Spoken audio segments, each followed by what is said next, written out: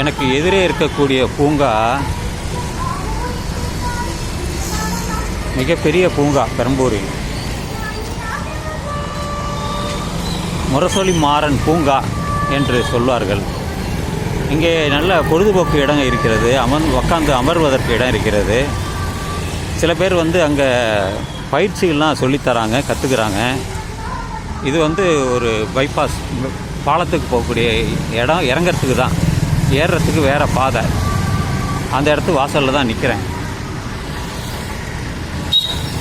நாங்கள் திருவிக்கா பேச்சு பயிலரங்கம் என்று ஒன்றை ஒவ்வொரு வாரமும் ஞாயிற்றுக்கிழமை இங்கே நடக்கும். ஒரே ஒரு முறை வந்தேன்.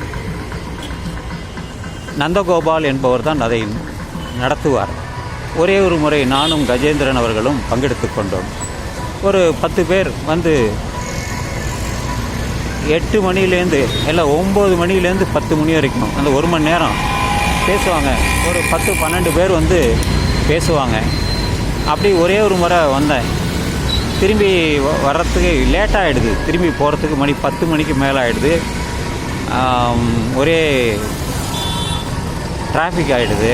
நடந்து போகும்போது பேருந்தில் போக முடியாது ஆகிடுது. அதனால தான் இங்கே வந்ததுக்கு இது ஒரு பதிவாக பண்ணுறேன்.